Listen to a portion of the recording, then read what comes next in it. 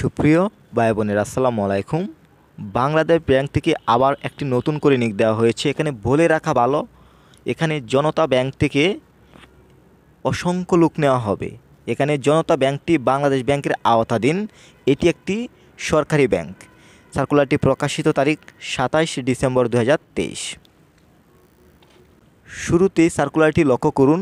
ব্যাংকার selection কমিটির সদস্যভুক্ত জনতা bank পিএলসিএ প্রতিযোগিতামূলক পরীক্ষার মাধ্যমে অফিসার রুরাল ক্রেডিটে ওআরসি এর 2022 সাল ভিত্তিক 114টি শূন্যপদের পূরণের লক্ষ্যে প্রকৃত বাংলাদেশের নিকটতে অনলাইনে দরখাস্ত আহ্বান করা যাচ্ছে।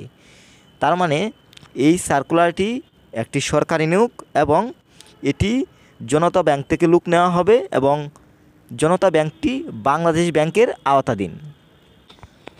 আবেদনটি অনলাইনের মাধ্যমে করতে হবে। erecruitment.wb.org.bd এই লিঙ্কটির মাধ্যমে অ্যাপ্লাইটি করতে হবে। আপনি যদি আমাদের মাধ্যমে অ্যাপ্লাই করতে চান অবশ্যই স্ক্রিনে দেওয়া নাম্বারে যোগাযোগ করবেন। আর যেহেতু এটি জনতা ব্যাংকের অ্যাপ্লাই, অবশ্যই কিন্তু অ্যাপ্লাইটি বেটার হতে হবে। এখানে অনেক টার্মস অ্যান্ড কন্ডিশন রয়েছে, যদি ঠিকঠাকভাবে না দেওয়া হয় তাহলে কিন্তু আপনার আবেদনটি বাতিল হয়ে যাবে।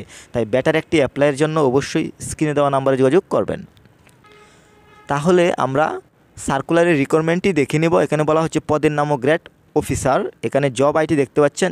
আবেদন ফি প্রদানের সময় নির্ধারিত স্থানে ব্যবহার করতে হবে। পদ সংখ্যা 114টি। বেতন স্কেল জাতীয় বেতন স্কেল 2015 অনুযায়ী। যেহেতু জনতা ব্যাংকে অ্যাপ্লাই করার জন্য অভিজ্ঞতা লাগছে না, শিক্ষাগত যোগ্যতা ঠিক থাকলে আপনি অ্যাপ্লাইটি করতে পারছেন। তাহলে এখানে সার্কুলারটিতে বলা হচ্ছে যে কোনো বিষয়ে স্নাতকোত্তর ডিগ্রি অথবা 4 বছর মেয়াদী স্নাতক সম্মান ডিগ্রি থাকতে হবে।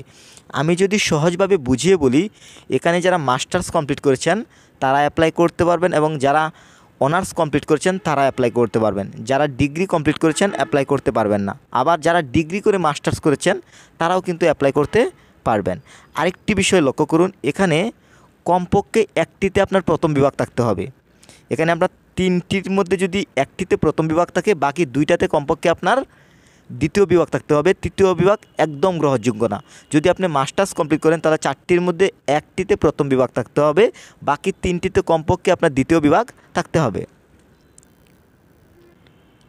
আপনার বোঝার স্বার্থে এখানে আপনি 2টি টেবল দেখতে পাচ্ছেন। এখন আপনার প্রথম বিভাগ এবং দ্বিতীয় বিভাগ সারিবদ্ধভাবে সাজানো হয়েছে 4 পয়েন্ট স্কেলে এবং 5 পয়েন্ট স্কেলে। এখন আপনি আপনার কোয়ালিফিকেশনের সাথে মিলাবেন যে আপনি প্রথম বিভাগে আছেন নাকি দ্বিতীয় বিভাগে আছেন।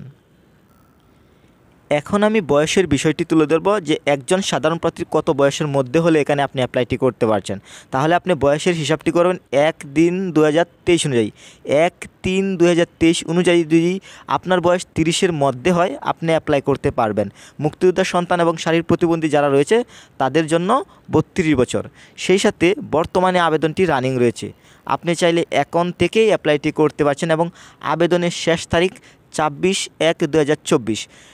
আগামী মাসের 24 তারিখের মধ্যে আপনাকে আবেদনটি করে শেষ করতে হবে। এবং সেই সাথে মোস্ট ইম্পর্ট্যান্ট আরেকটি বিষয় লক্ষ্য করুন, ভেরিফাই পেমেন্ট এবং ট্র্যাকিং পেজ সংগ্রহের শেষ তারিখ ও সময় 29/1/2024। মানে আবেদনের শেষ হওয়ার 72 ঘন্টার মধ্যে কিন্তু আপনাকে এগুলো সংগ্রহ করে রাখতে হবে। তো এখন আমি পেমেন্টের বিষয়টি তুলে ধরব যে এই সার্কুলারটিতে আবেদন করতে আপনার কত টাকা লাগবে। অবশ্যই আবেদন ফি অপেরোধযোগ্য 200 টাকা, যা আপনি চাইলে রকেটের মাধ্যমেও কিন্তু জমা দিতে পারবেন। এখন আমি সার্কুলারের কিছু টার্মস অ্যান্ড কন্ডিশন তুলে ধরব। যদি আপনি এগুলো মেনে না চলেন আবেদন করলে কিন্তু আপনার আবেদনটি বাতিল হয়ে যাবে। যেমন এই সিভিটি যখন তৈরি করবেন, যখন আপনি অ্যাপ্লিকেশনটি করবেন, আপনার সিভিটি কিন্তু অবশ্যই আপনার সার্টিফিকেট অনুযায়ী হতে হবে, বিশেষ করে এসএসসি সার্টিফিকেট অনুযায়ী হতে হবে। আরেকটি বিষয় লক্ষ্য করুন, ছবি এবং সিগনেচার। ছবি এবং সিগনেচারের ব্যাকগ্রাউন্ড অবশ্যই কিন্তু আপনাকে সাদা হতে হবে।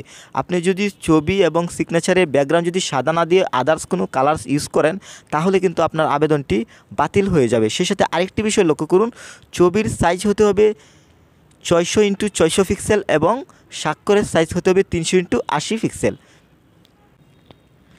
এছাড়াও অ্যাপ্লিকেশন ফ্রি পেমেন্ট পদ্ধতি, যদি কারো পেমেন্ট করতে সমস্যা হয় বা সিস্টেমটি যদি আপনি শিখতে চান তাহলে এখানে যে লিঙ্কটি দেখতে পাচ্ছেন এই লিঙ্কটি প্রবেশ করলেই কিন্তু আপনি পেমেন্টটি শিখে নিতে পারবেন যে আপনি কীভাবে চাইলে পেমেন্টটি করতে পারেন। আশা করি বাংলাদেশ ব্যাংকের আওতাধীন জনতা ব্যাংকের এই পুরো সার্কুলারটি বুঝতে পেরেছেন। সবার সুস্বাস্থ্য কামনা করছি। আল্লাহ হাফেজ।